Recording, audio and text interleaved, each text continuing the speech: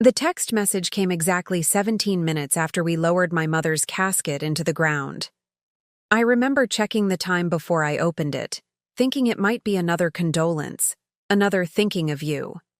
Instead, there were 11 words that would change everything. I'm leaving you for Rebecca. Don't come home. We're already gone.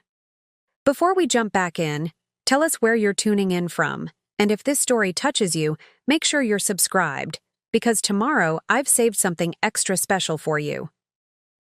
6 years of marriage, dismantled in seconds while I stood in a cemetery surrounded by black-clad mourners. My husband Michael couldn't even wait until the dirt had settled on my mother's grave to detonate my life. What he didn't know, what he couldn't possibly have understood, was that in that moment, as I stared at those callous words glowing on my screen, something inside me hardened. This wasn't just the end of my marriage, it was the beginning of something else entirely. The morning of my mother's funeral had started like most days in Boston that October.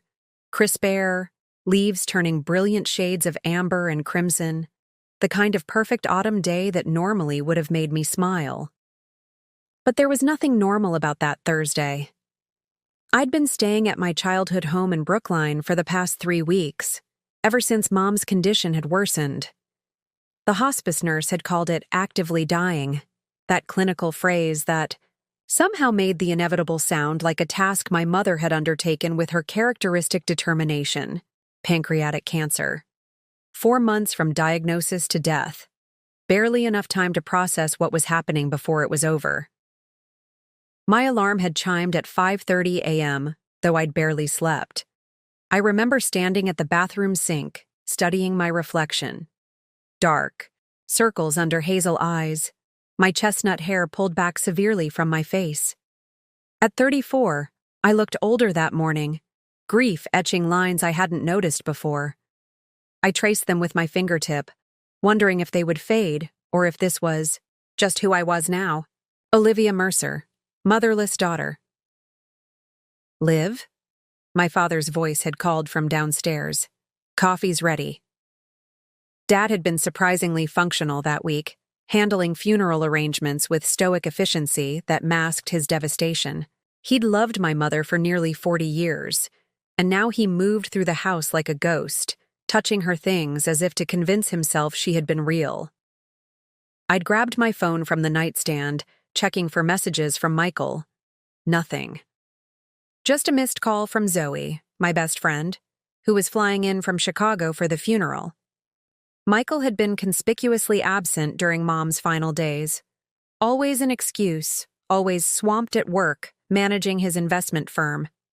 I'd given him the benefit of the doubt, especially since Mom's rapid decline had coincided with his company's expansion into the European market.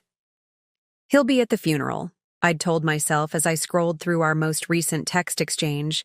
Brief, practical messages about the catering company I'd hired for the reception afterward. Dad had handed me a steaming mug when I came downstairs, his silver hair uncombed, his blue eyes bloodshot from his own sleepless night. Your brother's flight lands at 9, he'd said, consulting his phone. Should be here by 10:30 if traffic cooperates. My younger brother Noah lived in San Francisco with his wife, working as a software engineer for a tech startup. He hadn't seen Mom since the diagnosis, another victim of denial and poor timing. I didn't blame him. Some people can't stand to witness suffering in those they love. Did Michael confirm what time he's coming? Dad had asked, his tone carefully neutral.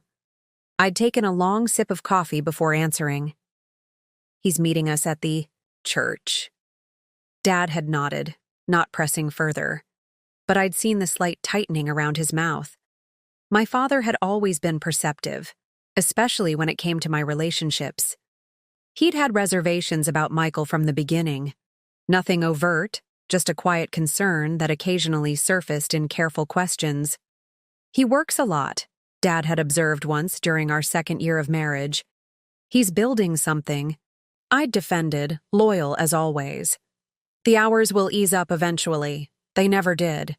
If anything, Michael had become more consumed by his work, more distant, but I'd been too busy with my own career as a museum curator to fully register the widening gap between us. We'd become two planets in separate orbits, occasionally crossing, paths in our Boston brownstone, exchanging information rather than emotions. The irony was that my mother's illness had temporarily narrowed that gap. Michael had been surprisingly supportive when we first got the diagnosis, sending flowers to her hospital room, insisting I take all the time I needed away from home to be with her. It was almost like the early days of our relationship when he'd pursued me with single-minded focus, when his ambition had seemed exciting rather than exhausting. "You'll call if you need anything?" he'd asked the night before the funeral, during our brief conversation. "I've got back-to-back meetings, but I can step out if necessary."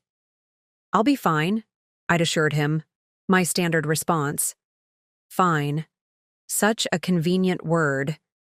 Small enough to fit into any conversation, vague enough to mean everything and nothing. The truth was that I hadn't been fine in months. Even before Mom's diagnosis, I'd sensed something shifting in my marriage, like the subtle tremors that precede an earthquake. Michael had started working later, traveling more frequently, growing irritated at simple questions. His secretary, Rebecca, had begun calling our home with increasing regularity, always polite, always apologetic for the intrusion. "Mr. Mercer asked me to let you know he'll be late again tonight," she'd say, her voice professionally pleasant. An investor meeting came up unexpectedly. Rebecca Porter, 27 years old with degrees from Dartmouth and Wharton, impeccably dressed, unfailingly efficient. Michael had hired her 8 months earlier, singing her praises during the few dinners we'd managed to share. "She's transforming the office," he'd enthused. "The kind of talent you don't let slip away." I should have recognized the admiration in his voice, should have noticed how he lit up when discussing her accomplishments. But grief has a way of blurring peripheral vision. With Mom's illness consuming my emotional bandwidth, I'd missed the warning signs flashing directly in front of me.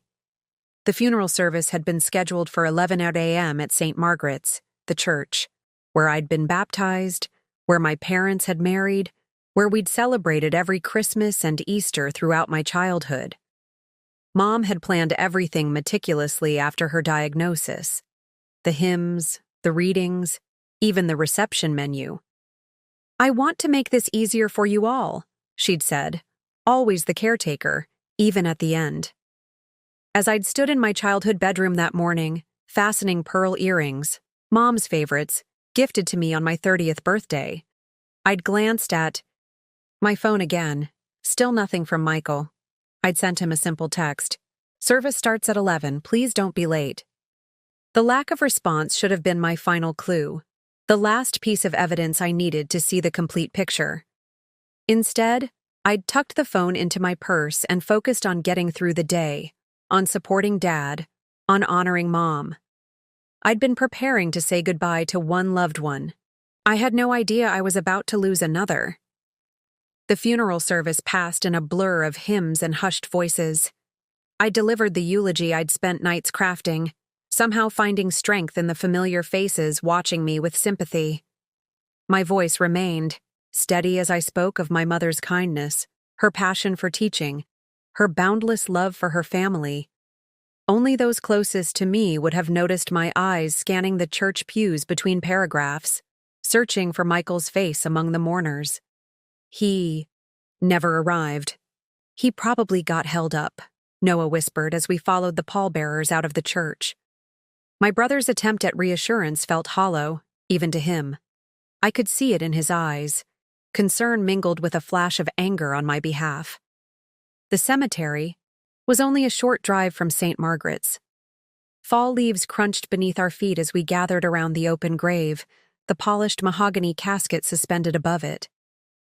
My father stood beside me, his hand gripping mine with surprising strength. On my other side, Zoe pressed close, her presence steadying me as the priest spoke the final prayers. I kept my phone in my coat pocket, silenced but present, like a talisman. Any minute, I told myself, it would vibrate with Michael's apology, his explanation for missing the service. Preparing and narrating this story took us a lot of time, so if you are enjoying it, subscribe to our channel. It means a lot to us. Now back to the story. Perhaps he'd meet us at the reception. Perhaps there was a legitimate emergency.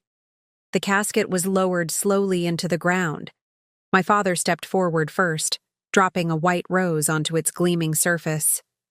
I followed, then Noah, then close friends and relatives, each adding their flower to the growing collection. The gentle percussion of roses hitting the casket lid provided a rhythm to our grief, and then it was over. People began drifting back toward their cars, speaking in the hushed tones reserved for cemeteries and hospital rooms. I lingered by the grave, not yet ready to leave, to acknowledge that this part of goodbye was complete. "Olivia?" Zoe touched my elbow gently. "Your dad's waiting in the car. Do you want a minute alone?" I nodded, grateful for her understanding. "I'll just be a moment." When everyone had moved a respectful distance away, I pulled my phone from my pocket, the screen illuminating in the autumn sunlight. The notification was already there. One new message from Michael. 17 minutes had passed since we'd lowered my mother's casket. 17 minutes between one ending and another beginning. I pressed my thumb to the message, expecting an apology, an explanation. Perhaps news of a delayed flight or a car breakdown. Something to justify his absence on this of all days. Instead, I read words that seemed to hover in the air between me and the device, refusing to fully register. "I'm leaving you for Rebecca. Don't come home. We're already gone." I read it again. And again. My breath crystallized in the October air as the meaning slowly penetrated. No apology. No explanation beyond the obvious. No acknowledgement of what day it was, what I was going through. Just 11 words that demolished 6 years of marriage. A strange calm settled over me as I stood beside my mother's open grave. Perhaps I had reached my quota of appropriate emotional responses for one day. Perhaps the grief for my mother had created a buffer against this new loss. Whatever the reason, I didn't cry. I didn't scream. I simply stared at the message, my mind surprisingly analytical as it processed this new information. Rebecca. Of course, it was Rebecca. The late nights, the weekend emergencies, the calls to our home. It made perfect sense in retrospect, each puzzle piece clicking neatly into place to reveal a picture I should have seen forming months ago. I scrolled back through our text history, seeing our exchanges with new clarity.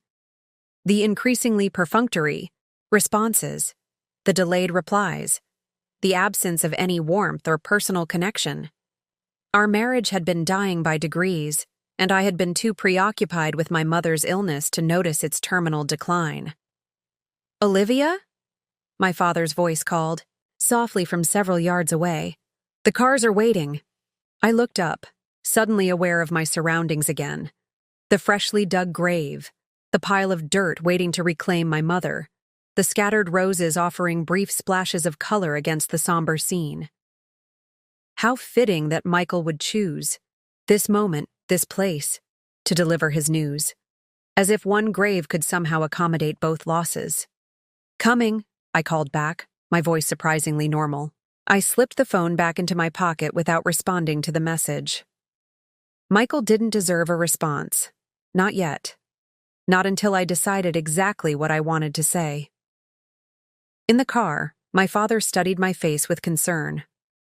"Everything all right?" I considered telling him right then, sharing the news, allowing his indignation to fuel my own. But I couldn't bring myself to add to his burden today of all days. My father had just buried his wife of 38 years. My marital problems could...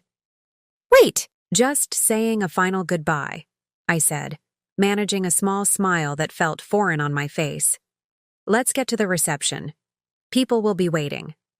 The reception was held at my parents' house, catered just as my mother had planned. I moved through The room's like an automaton, accepting condolences, thanking people for coming, pouring drinks, and arranging food platters. No one mentioned Michael's absence except for my Aunt Catherine, who had never mastered the art of tact. "Where's that husband of yours?" she asked, cornering me in the kitchen as I arranged another tray of hors d'oeuvres. Seems like he could have made the effort today. "Emergency at work," I heard myself say, the lie slipping out easily. "He sends his regrets." She pursed her lips, clearly unsatisfied with the explanation, but unwilling to press further under the circumstances. "Well, I suppose that's the world these days. All work and no respect for proper occasions." I nodded noncommittally and escaped with the tray, my mind elsewhere. Each time the front door opened, heads turned expectantly, assuming it might be another mourner arriving late. Each time I felt a strange mixture of relief and disappointment when it wasn't Michael. Not that I expected him to appear. "Don't come home. We're already gone." The finality of those words left little room for interpretation.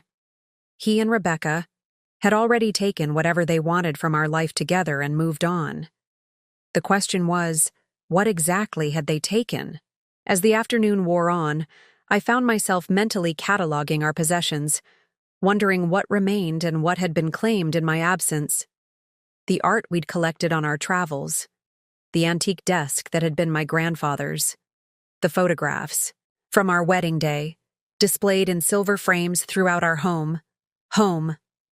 The word had shifted meaning in the space of 11 words. I now had no idea what would greet me when I returned to Boston, an empty house stripped of meaning, or simply empty spaces where our shared life had once been displayed. As the last guests began to leave, Zoe found me sitting alone in my father's study, staring out the window at the gathering dusk. "You've been quiet," she observed, settling into the leather chair beside mine. More than grief would explain. I turned to look at her, my oldest friend who knew me better than almost anyone. In that moment, I made a decision. I would not be the woman who hid her humiliation behind vague explanations and brave faces. I would not protect Michael's reputation at the expense of my own truth. Wordlessly, I pulled out my phone and showed her the message. Zoe's eyes widened as she read the message, her expression shifting from shock to disbelief to pure, unfiltered rage. "That absolute bastard," she whispered, voice trembling with anger. "Today of all days, your mother's funeral. I'll kill him myself." The vehemence in her reaction sparked something in me, not matching anger, but a strange, cold clarity. I took the phone back, looking at the message one more time before turning it off completely. "I need to go back to Boston," I said quietly. "Tonight." Zoe blinked, caught off guard by my calm. "Tonight?" "Liv, you don't have to rush back. Stay with your dad a few days. Process this." I shook my head. "No, the longer I wait, the more time they have." My voice remained steady, surprising even me. "I need to see what I'm dealing with." Understanding dawned on Zoe's face. "The assets? Of course." Her expression hardened. "You think they've already started taking things?" "I know they have," I said, rising from the chair. "But the question is, what exactly and how much?" My professional experience as a museum curator had trained me to think systematically, to catalog and preserve valuable objects, to document provenance and ownership. Those same skills were now redirecting themselves toward my personal life with remarkable precision.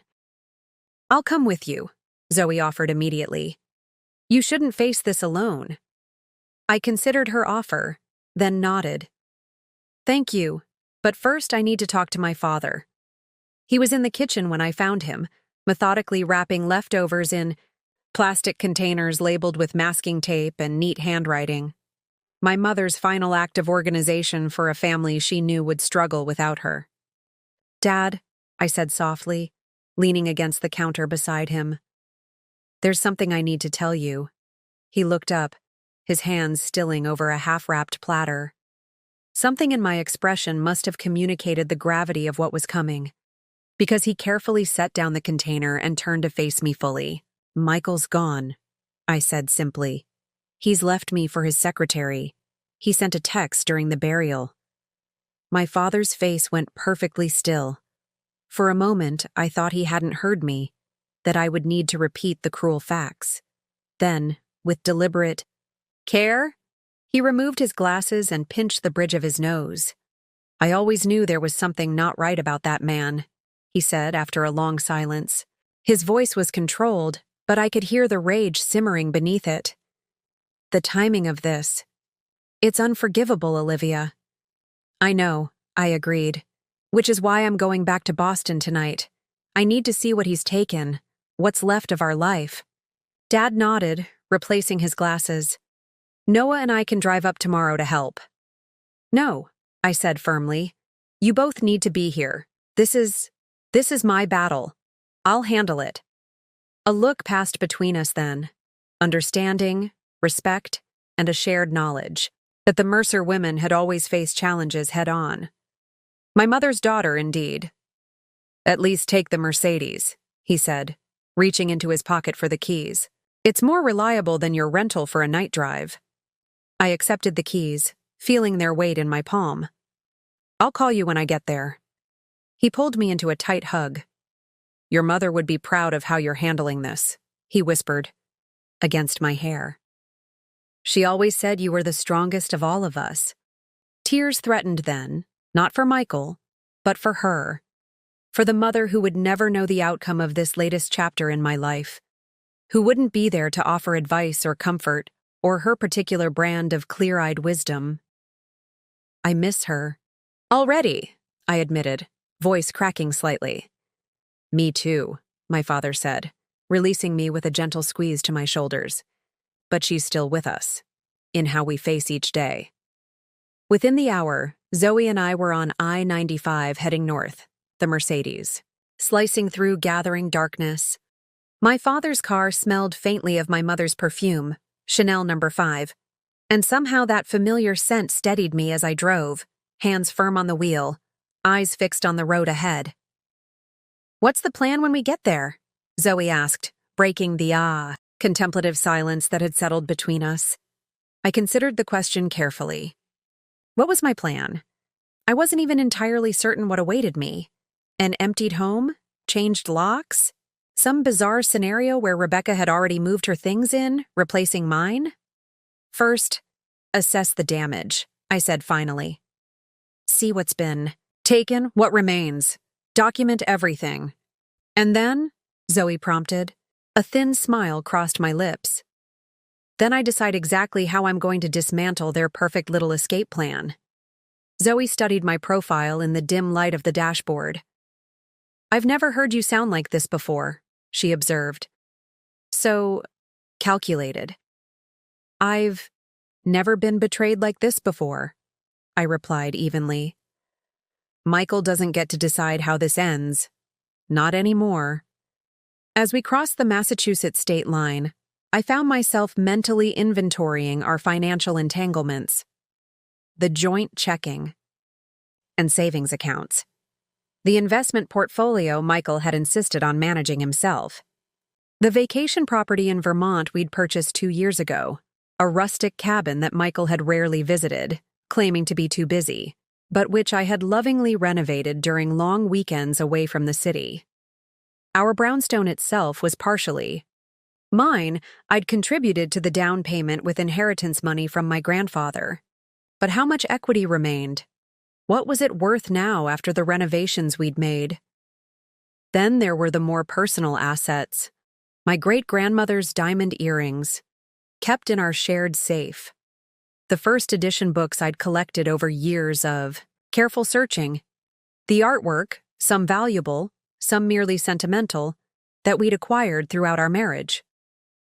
"You should call Stephen," Zoe suggested, interrupting my mental accounting.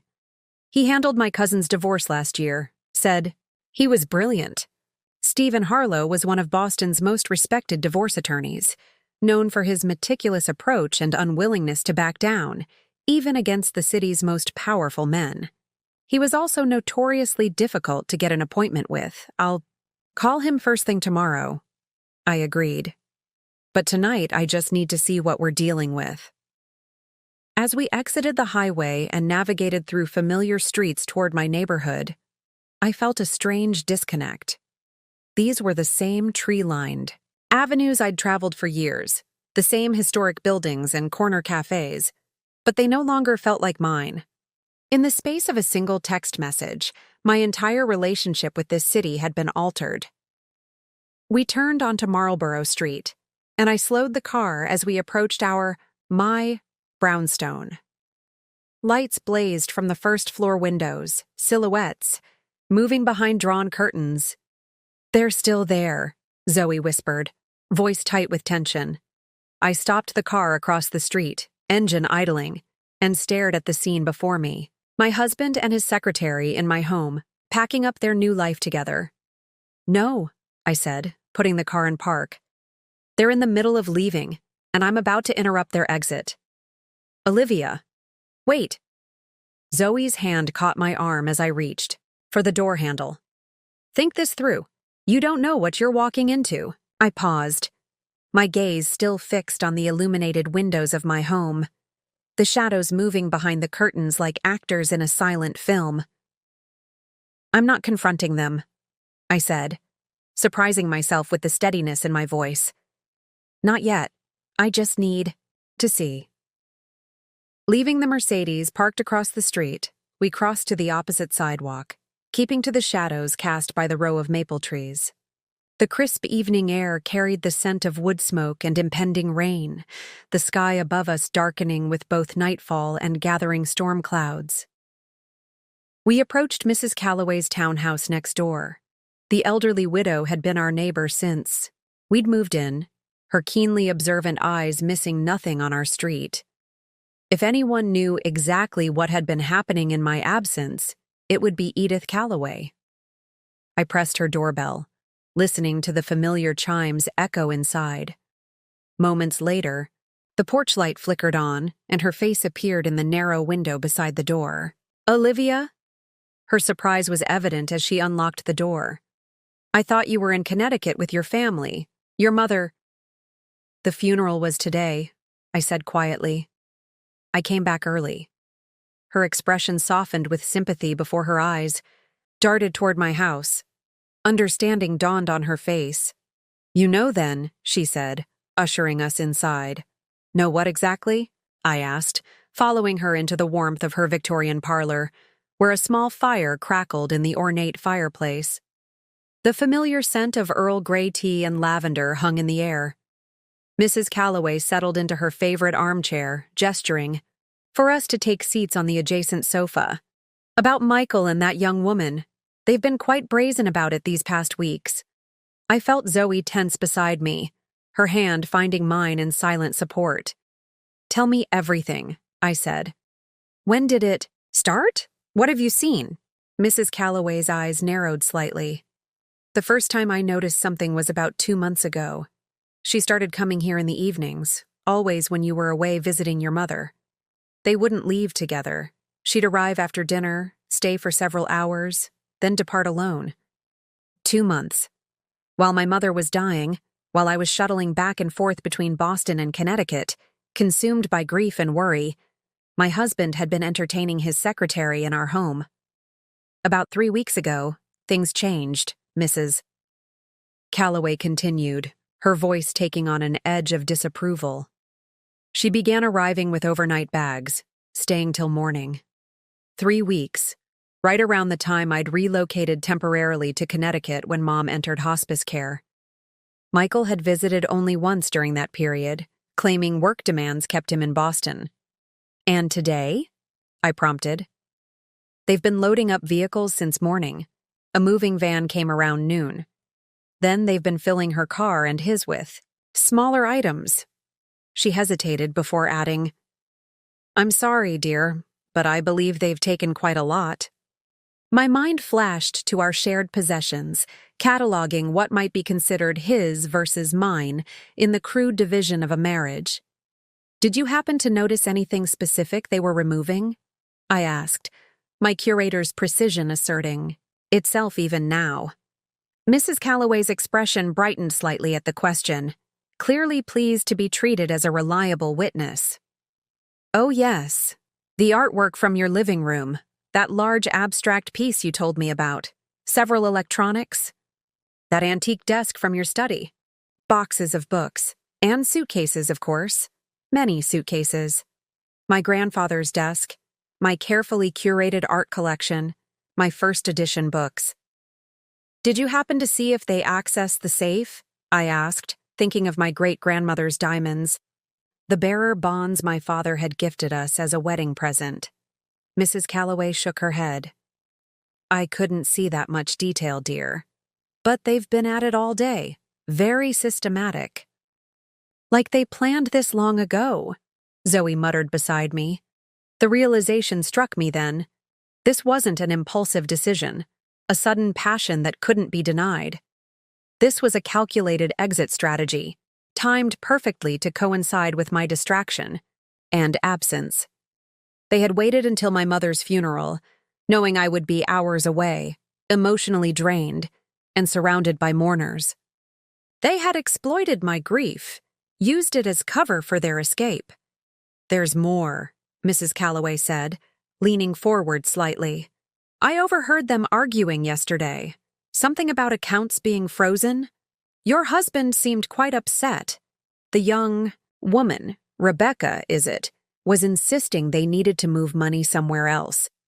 I felt a chill that had nothing to do with the October air. Financial matters had always been Michael's domain. As his investment firm grew more successful, I'd been content to let him manage our finances, trusting in his expertise. Now that trust seemed naive at best, negligent at worst. "Mrs. Calloway," I said carefully, "I hate to impose, but is there any chance I could use your computer? I need to check something right away." "Of course, dear. It's in the study. Take all the time you need." In her neatly organized study, I logged into our joint accounts, fingers trembling slightly as I typed in the passwords. The first screen that loaded confirmed my worst fears. Our shared checking account, which had held over $30,000 the last time I'd checked, now showed a balance of $742.13. I navigated to our savings account. $215.48 remained of what had been nearly $50,000. The investment portfolio was worse. Account after account showed recent withdrawals, transfers to entities I didn't recognize, foreign banks, limited liability companies with generic names.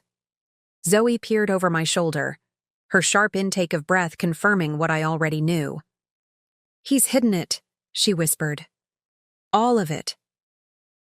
"Not hidden," I corrected, my voice oddly calm. "Stolen." I continued searching, clicking through statements and transaction histories. Over the past month, while I had been keeping vigil at my mother's bedside, Michael had been systematically dismantling our financial life. The pattern was clear, but complex. Money moving through multiple accounts, splitting and rejoining in different configurations, ultimately disappearing into financial black. Holes I couldn't easily trace. "He's good at this," I admitted reluctantly. "Moving money is what he does professionally. He knows exactly how to make it difficult to follow." Zoe squeezed my shoulder. "But not impossible. Especially not with the right help." I nodded, closing the browser window. I had seen enough. What had begun as a betrayal of the heart had revealed itself to be something far more calculated. A financial heist orchestrated under the cover of my greatest personal tragedy. "We need to move quickly," I said, standing up, "before they finish whatever they're doing over there." Back in the parlor, Mrs. Calloway was standing by the window, peering through a gap in the curtains. "They're loading the last few things into their cars now," she reported. "Looks like they're preparing to leave." I joined her at the window, careful to remain hidden from view. Across the street, I could see Michael directing Rebecca as she placed a box in the trunk of her Audi. My husband, soon-to-be ex-husband, looked nothing like the grieving spouse of a woman who had just buried her mother. He was animated, checking his watch, gesturing toward the brownstone with impatient movements. "Thank you for everything, Mrs. Calloway," I said, turning back to my neighbor. "Would you be willing to write down what you've observed these past weeks? It might be helpful later on." "I already have, dear," she said, patting my arm. "I keep a daily journal. When I realized what was happening, I made sure to be thorough in my observations. Dates, times, everything." I blinked in surprise, a small smile tugging at my lips despite everything. Trust Edith Calloway to document a neighborhood scandal with scholarly precision. "I'll get you a copy," she promised. "Now, what's your next move?" "My next move," I repeated, watching Michael and Rebecca through the window. "I need to document everything before confronting them." Beside me, Zoe already had her phone out. "I'm calling Emily," she said decisively. "We need a lawyer right now, not tomorrow." Emily Chen was Zoe's roommate from law school, and now a rising partner at one of Boston's most prestigious firms. While not a divorce attorney, she would know exactly who to call in this situation. "It's after hours," I pointed out. Zoe gave me a pointed look. "This is Emily we're talking about. She doesn't have after hours." While Zoe stepped into the hallway to make the call, I continued observing Michael and Rebecca's movements. They were performing one final sweep of the house, checking to ensure they hadn't forgotten anything valuable. My husband moved with the efficiency of someone completing a well-planned operation. No hesitation, no visible remorse. "Mrs. Calloway," I said, turning to my neighbor, "do you by any chance still have that spare key I gave you last year? When we had the plumbing emergency?" The older woman's eyes lit up with understanding. "Indeed I do. Let me fetch it for you." She disappeared into her kitchen, returning moments later with a brass key attached to a small blue tag.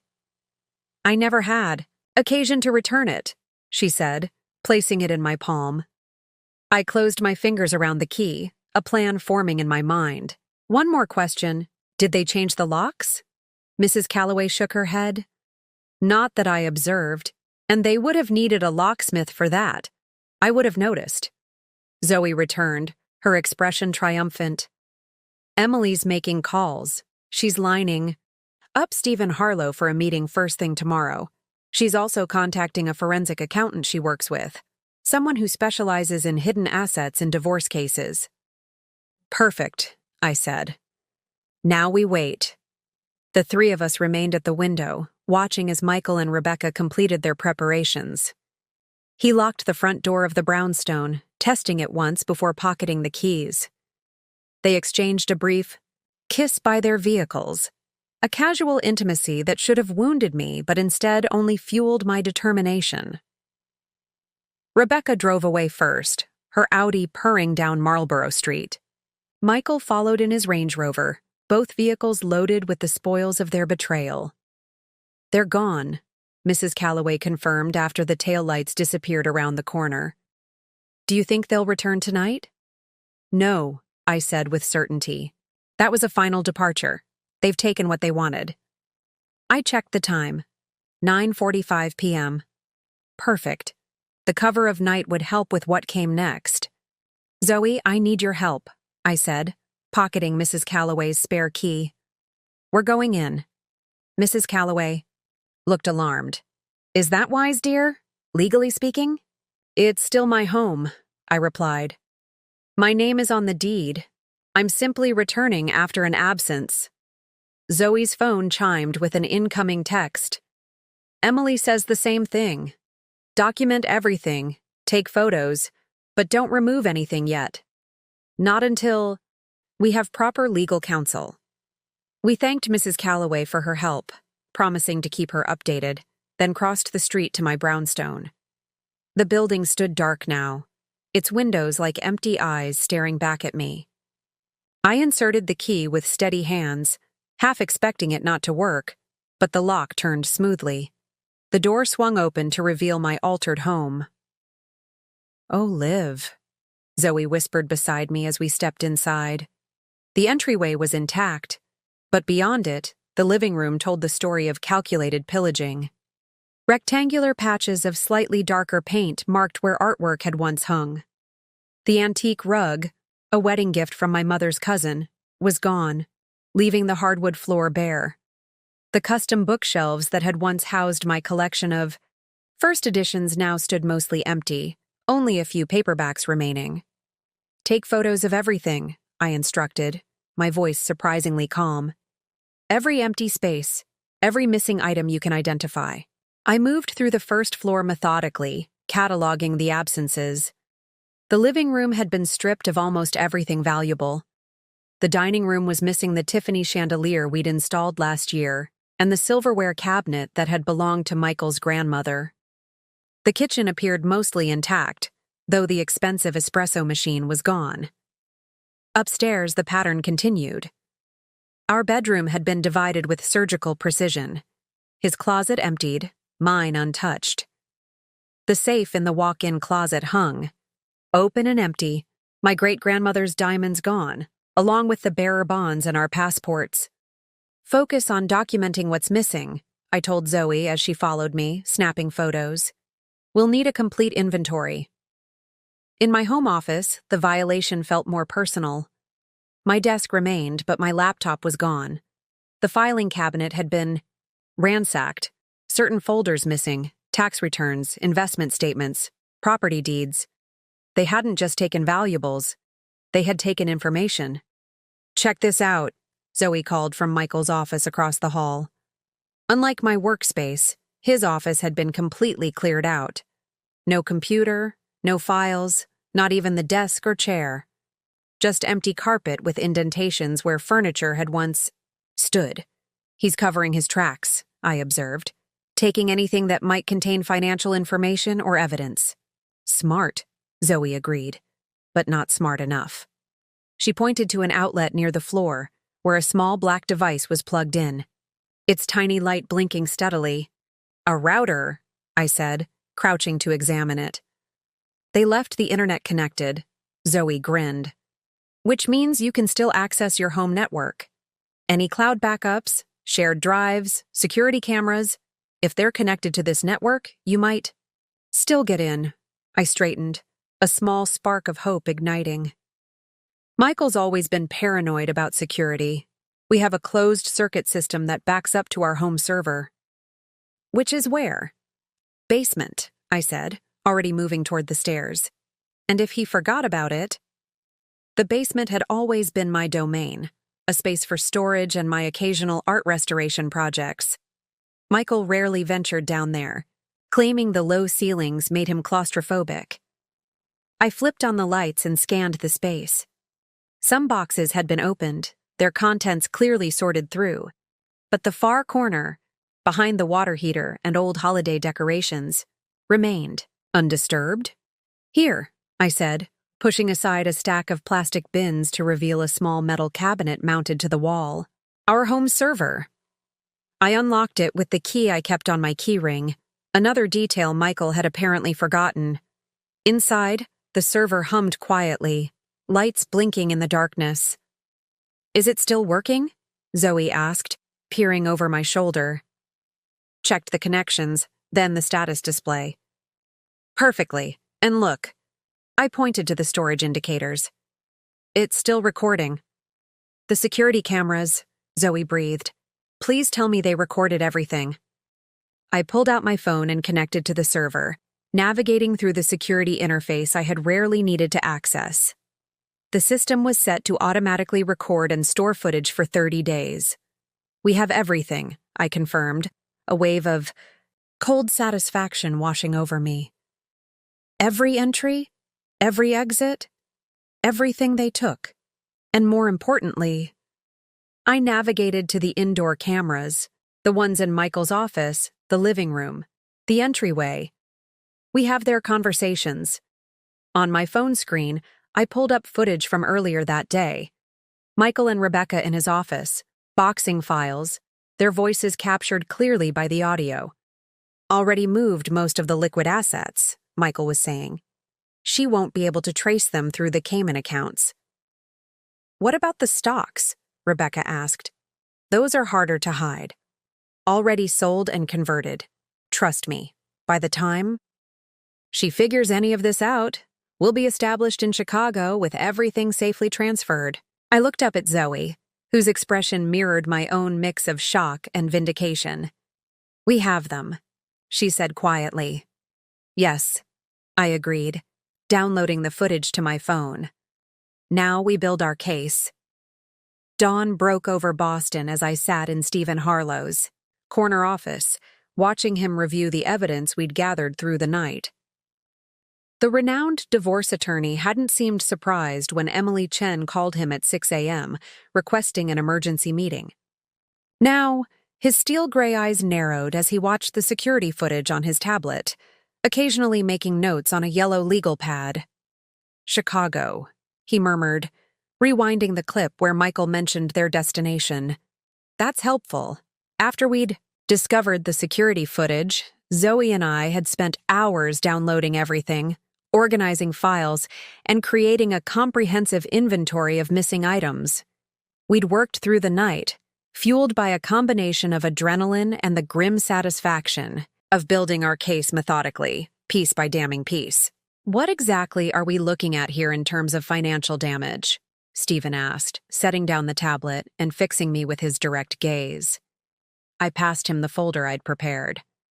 From what I can tell, approximately $1.2 million in liquid assets has been transferred or withdrawn over the past 3 weeks. That includes our joint savings, checking, and the proceeds from selling off our investment portfolio. The investment portfolio that was in both your names, he clarified. Yes. There's also the matter of physical assets, artwork, antiques, jewelry, worth approximately $300,000. I paused before adding, including family heirlooms that were never his to take. Stephen nodded, scanning the detailed inventory. Mrs. Calloway's witness statement is excellent. Very specific about timing, items removed, and patterns of behavior. She'll make a credible witness if needed. She's been keeping a detailed journal for years, I explained. It's just how she is. Lucky for us, he remarked, turning to a new page in his notes. Now, about the security footage, this is admissible. Your name is on the deed, the security system is registered to both of you, and Massachusetts is a one-party consent state for recordings.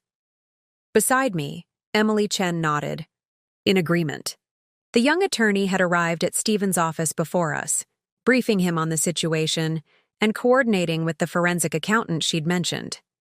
Marcus is already working on tracing the financial movements, Emily said, referring to the accountant. He's pulled some preliminary data on the transfers Michael made. The good news is that the activity is recent and rather rushed. He's left breadcrumbs. And the bad news? I asked. He's created a complex web, multiple transfers through different entities. It will take time to untangle. Stephen leaned back in his chair, steepling his fingers. Time is actually on our side here, Ms. Mercer. The more rushed their exit, the more mistakes they've made. I thought about the security system they'd forgotten to disconnect, the server they'd overlooked, the neighbor they'd ignored. Yes, mistakes had definitely been made. So what's our strategy? I asked, straightening in my chair. I want everything back, every dollar, every item, plus whatever it costs them in legal fees and penalties. A thin smile crossed Stephen's face. I appreciate a client who knows what they want. Here's how we'll proceed. He outlined a 3-pronged approach: legal, financial, and tactical. First, we would file for divorce immediately, citing abandonment and financial fraud. The filing would include emergency motions to freeze any remaining joint assets and accounts, both domestic and international. You mentioned Chicago, Stephen continued. That's their first mistake. Telling us where they're going makes it much easier to serve them with papers. Simultaneously, Marcus the forensic accountant would work with banking authorities to trace and potentially recover the transferred funds. The security footage provided clear evidence of intent to hide assets. Serious offense in divorce proceedings that judges took particularly seriously. The third prong is more tactical, Stephen said, his tone shifting slightly. "This is where we apply pressure." "Pressure?" I echoed. "Your husband runs an investment firm that manages other people's money. His reputation is his most valuable asset. Evidence that he's willing to steal and hide funds, even from his wife, would be devastating to his professional standing." I understood immediately. "You're suggesting we use his concern for his reputation as leverage." "I'm suggesting we remind him what he stands to lose beyond just the money he took from you," Stephen clarified. "The State Securities Board takes a dim view of financial professionals who demonstrate dishonesty in their personal financial dealings." Emily leaned forward. "We don't even have to file a complaint initially. Just letting him know we're prepared to do so often brings people to the settlement table very quickly." I considered this approach. Part of me wanted justice. Public, humiliating justice that would expose Michael for what he truly was. But another part, the pragmatic part that had gotten me through my mother's illness and now her death, recognized that a clean, efficient resolution would be better for my own healing. "I want this over with as quickly as possible," I decided. "But I won't settle for less than what's mine." "Understood," Stephen said with a nod. "We'll need to move quickly. I suggest you stay somewhere other than the brownstone for now. Somewhere. Michael wouldn't think to look for you." "She can stay with me," Emily offered immediately. "My building has security, and I'm rarely home anyway." I felt a surge of gratitude for these people who had mobilized so quickly on my behalf. Zoe, Emily, Stephen, even Mrs. Calloway. In the midst of the worst week of my life, I had discovered an unexpected strength and connection.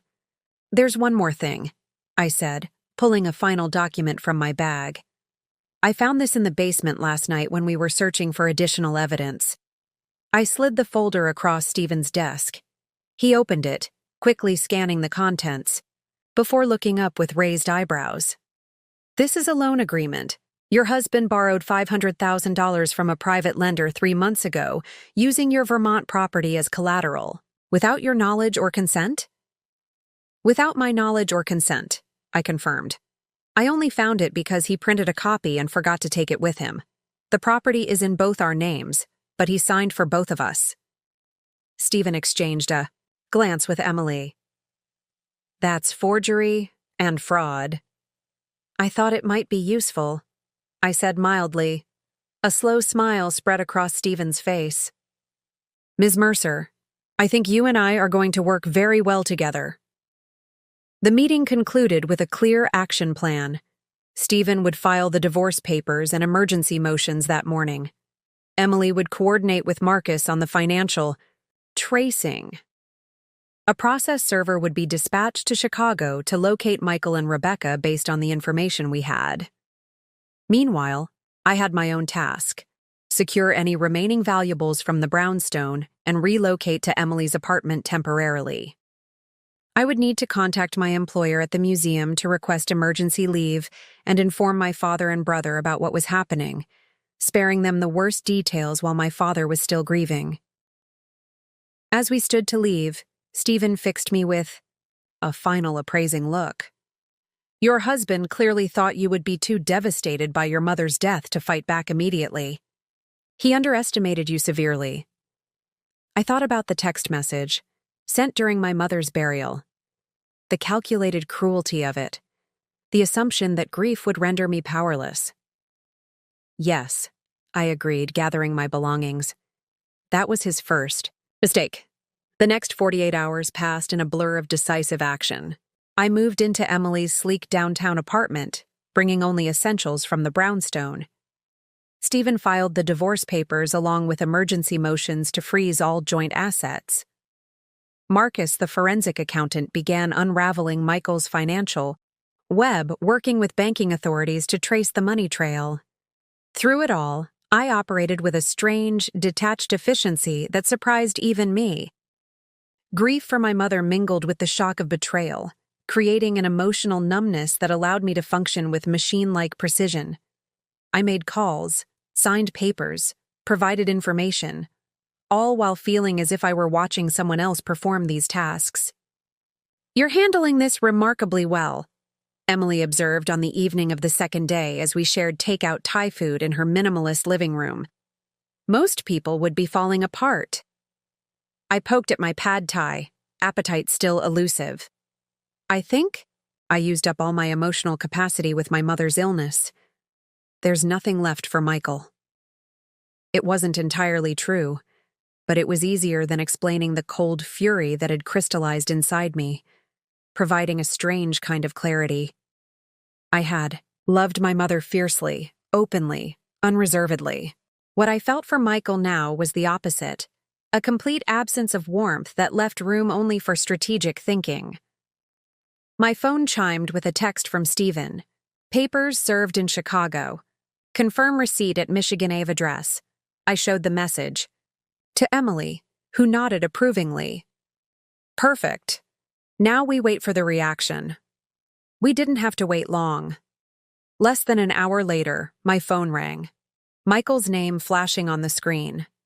Emily raised an eyebrow questioningly.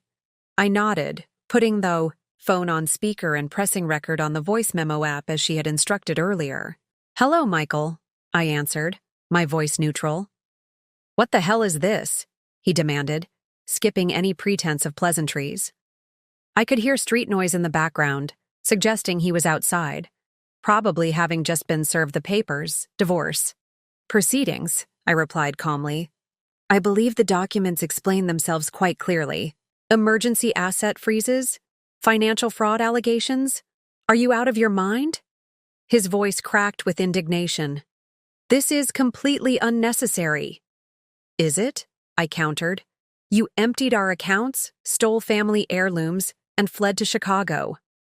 With your secretary after sending me a text message during my mother's funeral. Which part of that scenario strikes you as amicable? There was a moment of silence before he responded, his tone shifting to something more controlled. Olivia, this is a misunderstanding. I was planning to contact you once you'd had time to process your mother's passing, to discuss a fair division of assets. A fair division? I echoed, unable to keep the disbelief from my voice. After you'd already taken everything? That's an interesting approach to fairness, Michael. Look, I admit the timing was unfortunate, he conceded, attempting to sound reasonable. But you're overreacting. We can settle this between ourselves without lawyers and courts and— I have the security footage, I interrupted. From our home system, the one you forgot about. Another silence, longer this time. When he spoke again, his voice had lost its confident edge. What are you talking about? I'm talking about hours of recorded conversations between you and Rebecca, discussing how you planned to hide assets from me, how you'd already moved most of the liquid assets through Cayman accounts, how I wouldn't be able to trace them. Sound familiar? Emily gave me a thumbs up from across the room, nodding encouragingly. You recorded us? Michael's voice had dropped to a near whisper. That's illegal. Actually, it's not. Our security system is registered to both of us. The house is jointly owned, and Massachusetts is a one-party consent state, I informed him, repeating Stephen's earlier explanation. Everything you said and did in our home is admissible in court. I could almost hear his mind racing, recalculating his position in light of this new information. There's also the matter of the loan against our Vermont property, I continued. The one where you forged my signature 3 months ago. The bank has already confirmed the document is fraudulent. Olivia, he began, his voice strained. No, Michael, I'm not interested in your explanations or excuses. Here's what's going to happen. You will return every dollar you took from our joint accounts. You will return all items removed from our home, particularly the family heirlooms that were never yours to take. You will sign over your interest in the Vermont property to compensate for the unauthorized loan, and you will do all of this quickly and quietly. And if I don't? He challenged, though the bravado in his voice sounded hollow. If you don't, I said evenly, the State Securities Board will receive evidence that you engage in fraudulent financial practices. Your clients will learn that you steal and hide assets. Your professional reputation, the one you've built your entire identity around, will be irreparably damaged. Emily was now grinning openly, giving me another enthusiastic thumbs up. You wouldn't, Michael said. But uncertainty had crept into his voice. I absolutely would, I assured him. You chose to destroy our marriage in the cruelest way possible, Michael. Don't test my resolve. I could hear muffled conversation on his end, Rebecca, presumably, wanting to know what was happening. Then Michael's voice returned, subdued but with an undertone of calculation. I need to consult my attorney. Of course, I agreed. Stephen Harlow will be expecting their call. A sharp intake of breath at the mention of Stephen's name told me Michael recognized the implications. Stephen's reputation preceded him in Boston legal circles. 48 hours, Michael, I added before he could respond. That's how long you have to agree to these terms before we proceed with more aggressive measures. This isn't over, Olivia, he warned, his familiar arrogance resurfacing briefly. Actually, it is, I replied. You just don't realize it yet. I ended the call and set down the phone, suddenly aware of my racing heart. The calm I'd projected was partly genuine, partly performance, but the confrontation had taken more out of me than I'd expected. Emily was looking at me with undisguised admiration. That, she said, was masterful. You didn't give him an inch. Will it work? I asked, the facade of confidence slipping slightly now that the call was over. She nodded decisively. He's scared. You have leverage he didn't anticipate, and you've given him a clear path to minimize damage.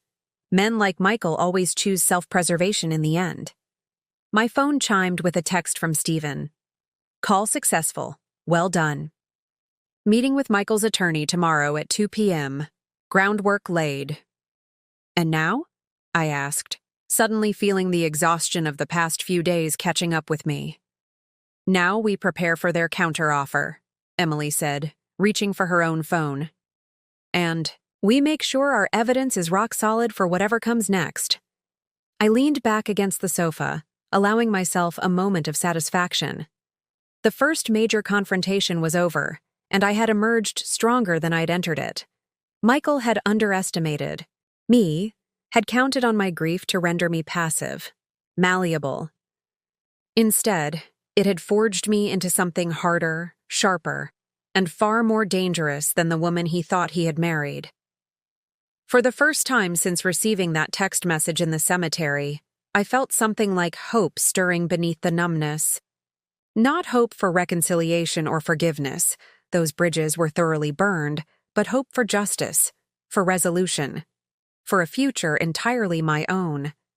The expected counteroffer from Michael's attorney arrived precisely 46 hours after our phone conversation. I was sitting in Stephen's office when his assistant brought in the courier-delivered envelope. Right on schedule, Stephen remarked, slicing open the package with a silver letter opener. Let's see what they're proposing. He scanned the document quickly, his expression revealing nothing. Then he passed it to me with a small shake of his head. It's exactly what I expected. Lowball and deflection. The offer was insultingly inadequate. Michael would return 30% of the withdrawn funds, claiming the rest was rightfully his due to his greater contribution to marital assets. He would return selected items of sentimental value, but insisted most of the physical property was his by right of purchase. As for the Vermont cabin, he proposed selling it and splitting proceeds after the loan was repaid. Most tellingly, the document included a non-disclosure agreement preventing me from discussing the details of our separation or divorce with anyone, especially his clients or industry regulators. He's still trying to protect his reputation, I observed, setting down the pages. That's his primary concern. Stephen nodded. Which remains our strongest leverage point. He checked his watch. Marcus should be joining us any minute with his preliminary findings. That will determine our next move.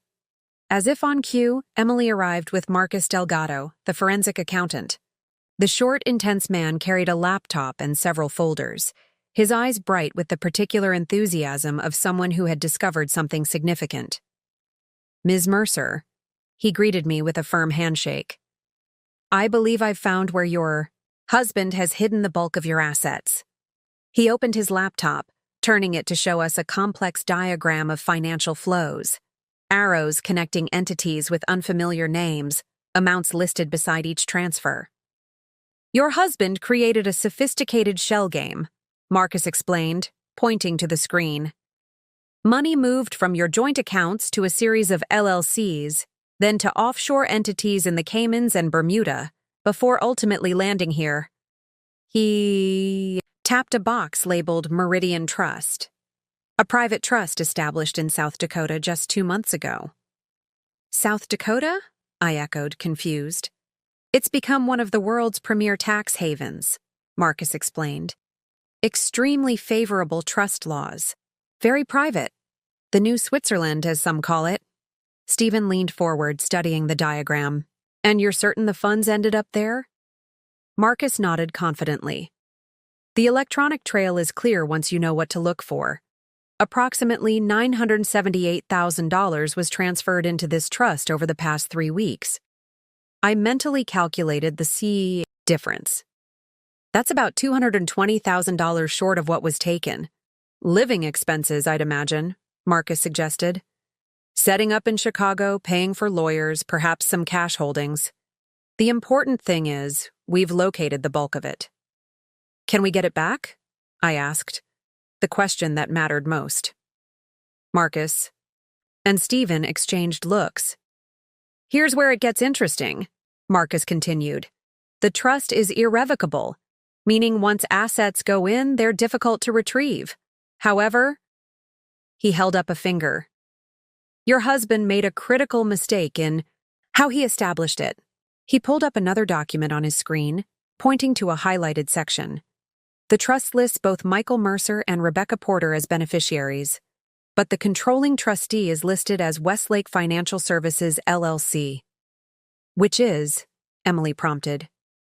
"A shell company wholly owned by your husband," Marcus explained with satisfaction. "He created the appearance of separation while maintaining control. That's going to be a problem for him legally." Stephen was nodding now, his expression brightening. "If he maintains control while trying to shield assets from a spouse during divorce proceedings, it's textbook fraud," Emily finished. "The court can invalidate the entire structure." For the first time, I felt a surge of real hope. "So we can recover the money?" "With this evidence, absolutely," Stephen confirmed. "But there's more at stake now.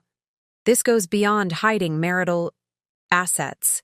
This is the kind of financial maneuvering that could trigger regulatory scrutiny of his entire business." A knock at the door interrupted us. Stephen's assistant entered with a concerned expression. "I'm sorry to interrupt, but there's an urgent matter. It appears Mr. Mercer has just made a regulatory filing with the SEC. It came across our monitoring system 5 minutes ago." She handed Stephen a printout, which he scanned quickly, his brow furrowing. "What is it?" I asked, anxiety rising at his expression.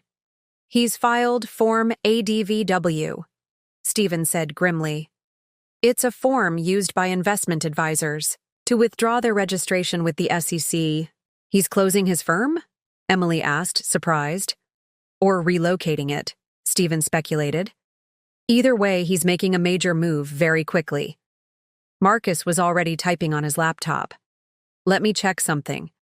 After a moment, he looked up with confirmation. There was significant activity in the South Dakota Trust 2 hours ago. Multiple outgoing wire transfers. The implications were clear. Michael was moving again, trying to stay one step ahead. "He's running," I said softly. "He knows we're close to the money." Stephen reached for his phone. "We need to act immediately. I'm requesting an emergency hearing for a worldwide asset freeze." While he made the call, Emily pulled me aside. "This is actually good for us," she said quietly. "His panic move shows consciousness of guilt. Judges don't look kindly on this kind of behavior." A vibration in my pocket drew my attention to my phone. A text message had arrived. Not from Michael, but from Rebecca Porter. We need to talk. Alone. It's important. Meet me at Cafe Nero on Newberry in 1 hour? I stared at the message, surprised by the unexpected contact. Rebecca had been a shadow figure in this drama, the other woman, the accomplice, but never a direct participant in our legal battle. "What is it?" Emily asked, noticing my expression. I showed her the message. "What do you think? Is this some kind of trap?" Emily considered it carefully. "Could be, or she could be looking to cut a separate deal. Either way, you shouldn't go alone." "I'll go with her," offered Marcus unexpectedly. "I can sit nearby, not obviously with you. If this is some attempt to gather information or set you up, having a witness could be valuable." Stephen ended his call and rejoined our conversation. "Emergency hearing is set for tomorrow morning at 9 a.m. We're asking the judge to freeze all of Michael's assets worldwide and appoint a receiver to locate and secure the funds." He noticed the phone in my hand. "What's happening?" I explained Rebecca's message and the proposed meeting. "It's risky," he acknowledged, "but potentially valuable. Rebecca has been inside this from the beginning. If there's a rift between them, it could work to our advantage." "And if it's a setup?" I asked. "Document everything," Stephen advised. "Record the conversation if possible. Don't commit to anything. But I'm curious why she's reaching out now, independently. So was I." After brief consideration, I typed a response. "I'll be there. 1 hour. Come alone."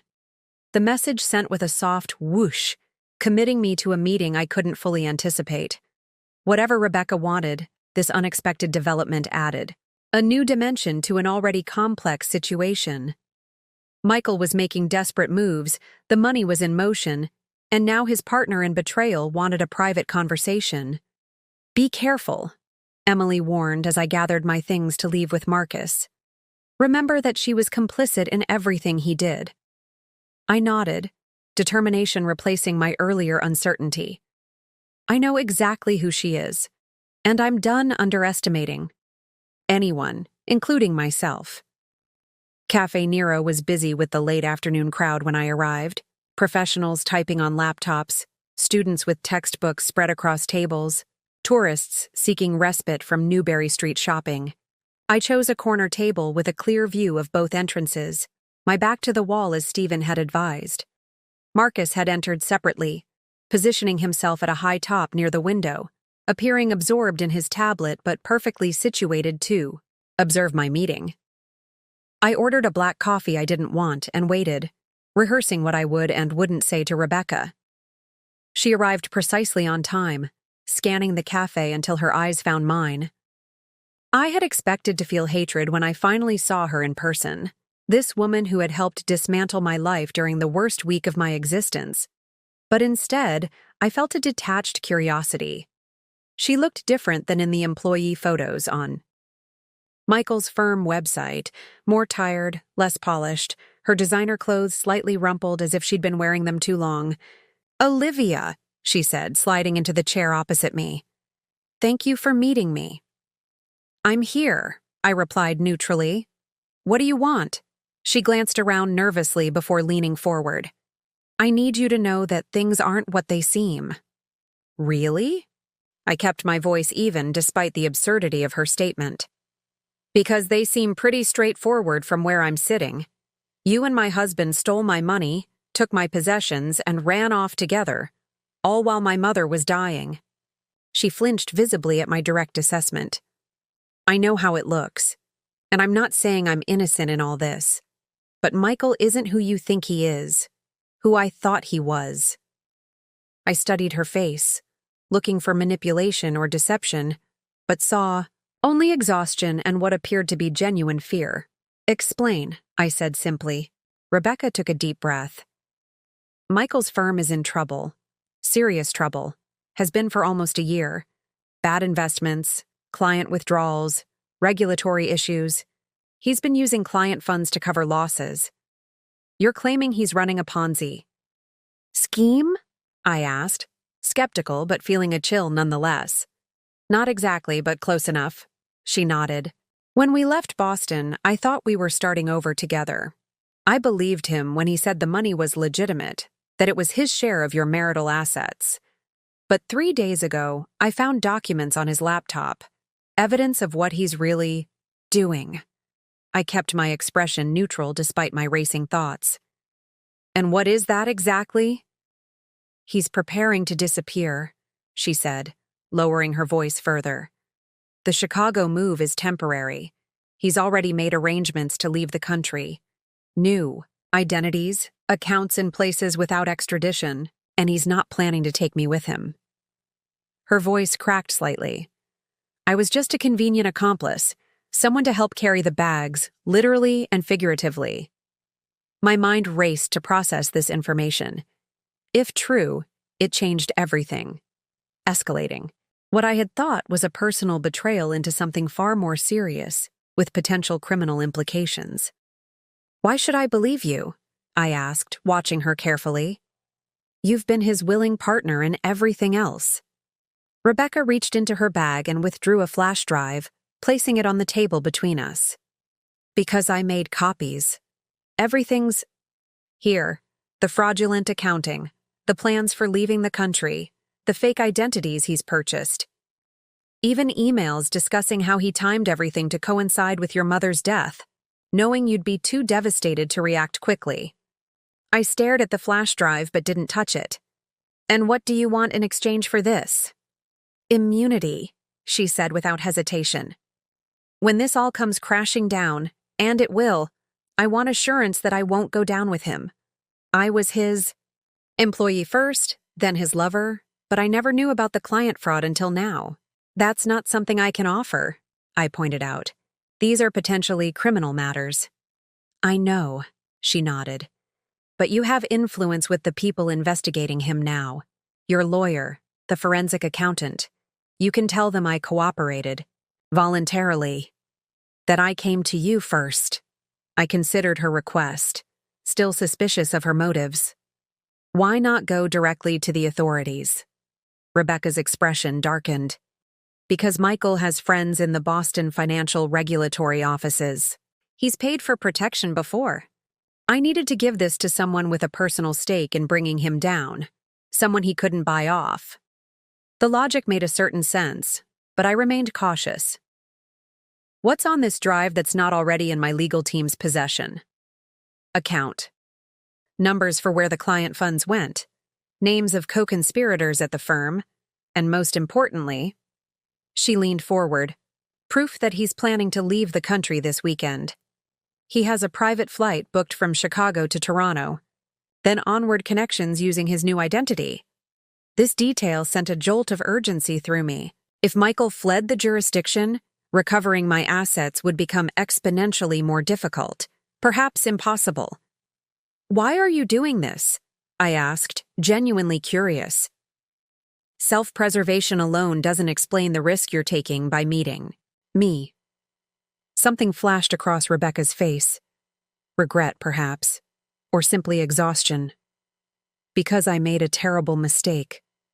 I believed his lies about you, about your marriage, about everything. I convinced myself I was special, different from his other indiscretions. Other women, I clarified, feeling strangely calm about this new revelation. There were others before you. She nodded, not meeting my eyes. Many. I thought I was different. I wasn't. I sat back, absorbing this final betrayal, one that somehow hurt less than it might have days ago. The man I had married, the man I thought I knew, had never truly existed.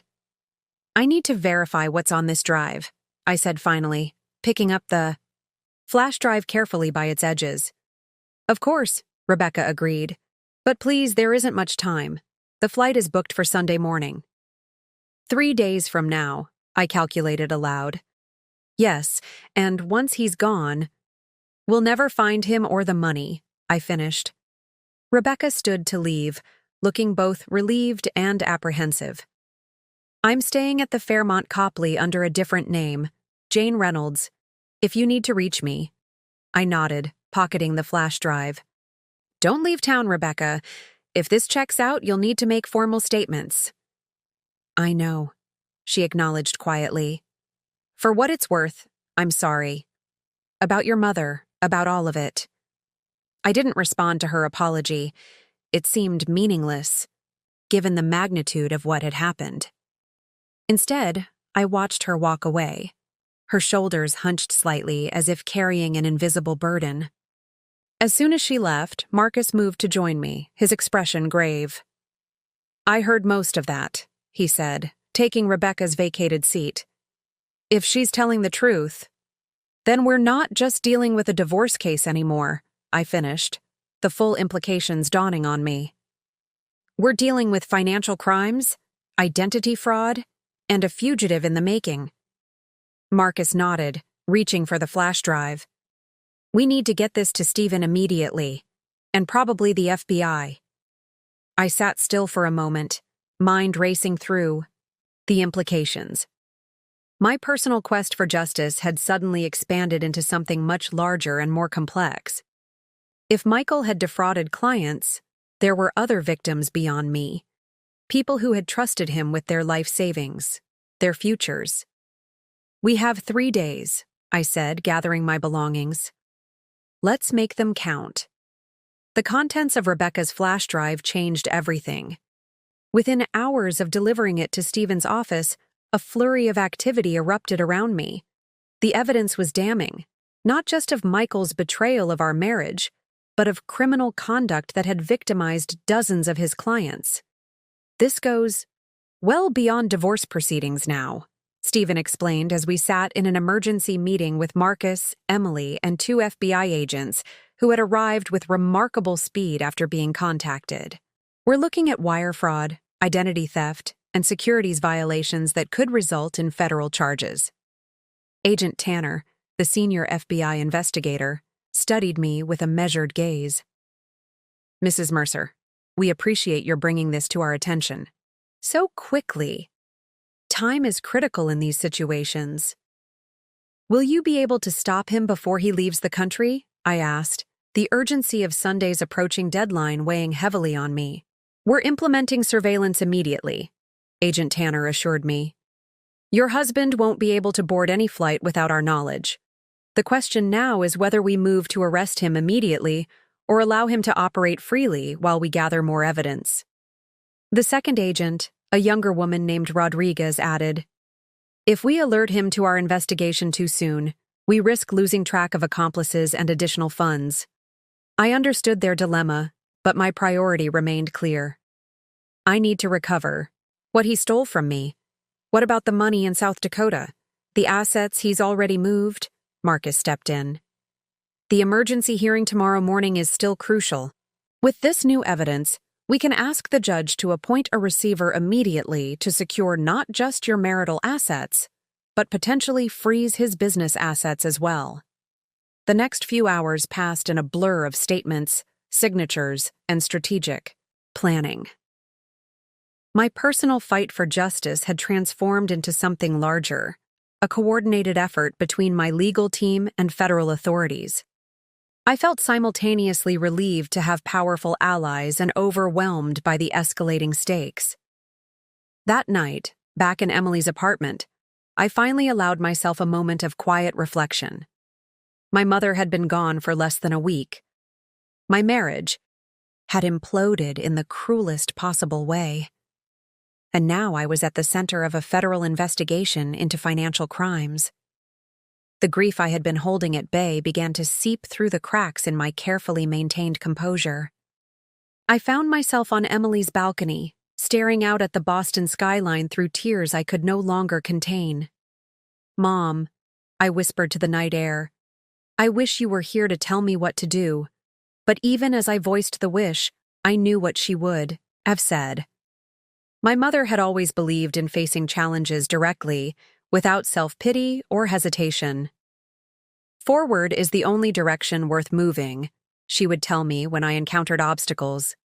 I wiped my tears, drawing a deep breath of the cool night air. Tomorrow's emergency hearing would be the first step in a longer journey than I had initially anticipated. Michael had taken far more than just my trust and our shared assets. He had stolen from vulnerable clients, manipulated regulatory systems, and prepared to abandon everything, including his own identity. But he had made one critical miscalculation. He had underestimated my resilience, my resources, and my resolve. That mistake would cost him everything. The emergency hearing on Friday morning went even better than we had anticipated. Armed with Rebecca's evidence and Marcus's forensic analysis, Stephen presented a compelling case that convinced the judge to take immediate action. The ruling was swift and comprehensive. All of Michael's personal and business assets were frozen, worldwide, and a receiver was appointed to take control of his investment firm. What happened next unfolded with almost cinematic precision. Rather than arresting Michael immediately, the FBI had implemented a strategic surveillance operation.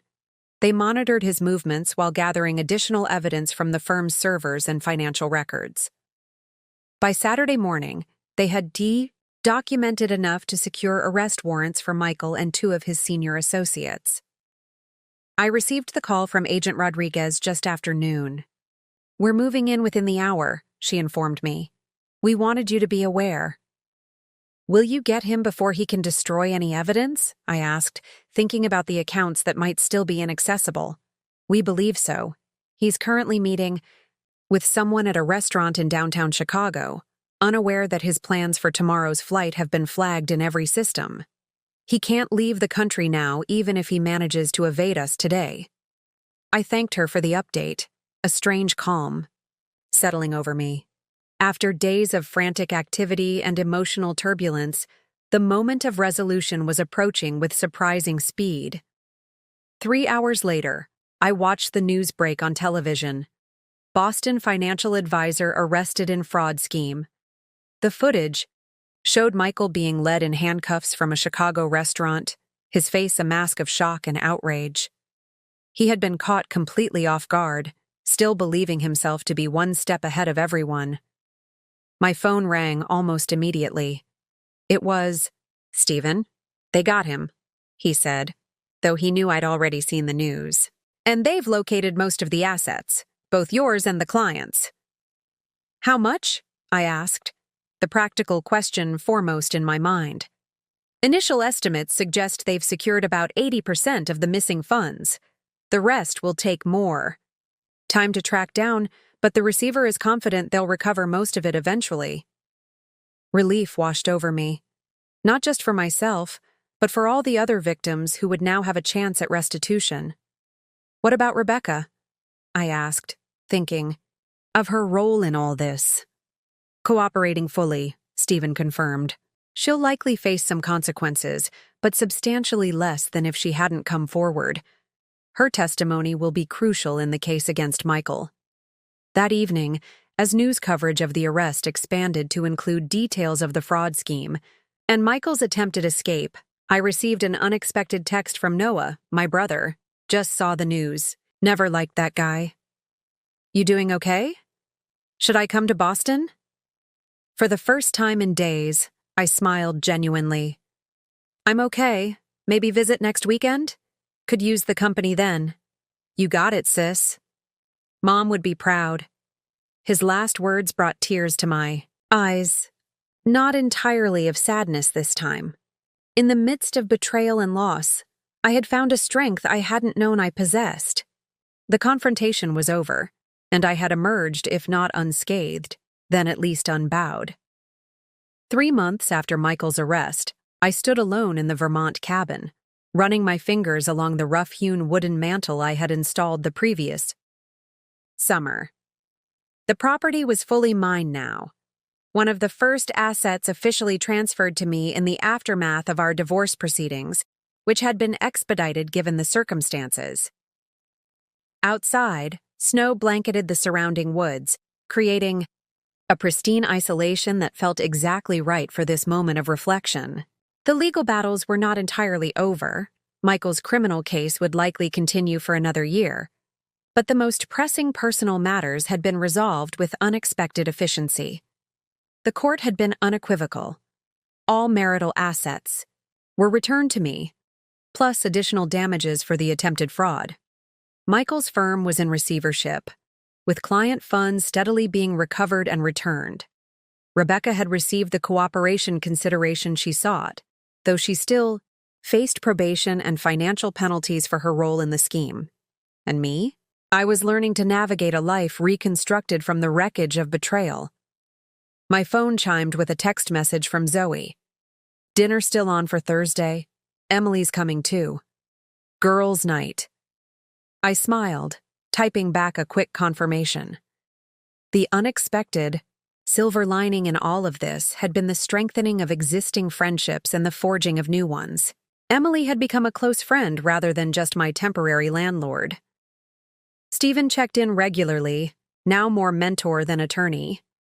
Even Mrs. Calloway remained a stalwart ally, keeping an eye on my brownstone during my frequent trips to Vermont. The brownstone itself had been transformed. After Michael's arrest, I had reclaimed the space completely, repainting, redecorating, removing every trace of our shared life. What had once been ours was now definitively mine, filled with artwork, and books I had selected alone, arranged according to my preferences without compromise. My father and Noah had helped with the renovation, turning it into a family project that provided healing for all of us. Dad seemed to find solace in the physical labor, channeling his grief over Mom's death into something constructive. Noah discovered a surprising talent for carpentry, crafting beautiful bookshelves to replace those Michael had taken. I walked to the cabin's picture window, gazing out at the snow-covered landscape. In the distance, a deer picked its way carefully through the drifts, alert but unafraid. I thought about the text message that had started all of this. 11 cruel words delivered at my mother's graveside, and marveled at how differently things had turned out than Michael intended. He had meant to destroy me, to leave me shattered by compound grief.